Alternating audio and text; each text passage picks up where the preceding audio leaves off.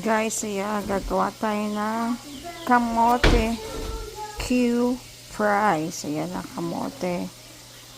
Hiniwa na natin.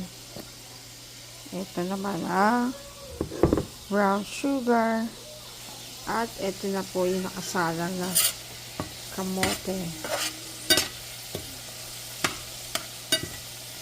Ayan, malapit na po magluto ang kamote fries.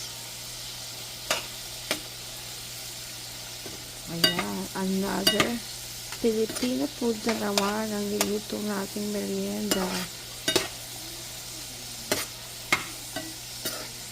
Kamote Q.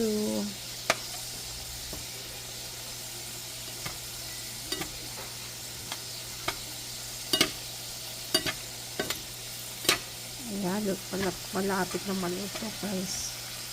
Kain na.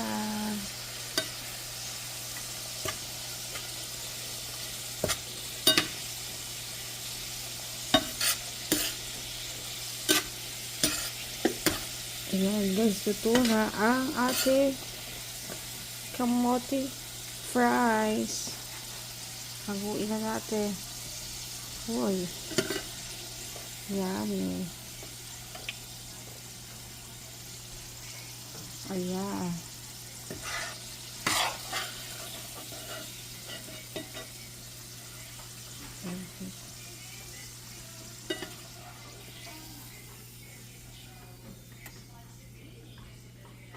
Ayan guys, luto na ang ating kamote fries.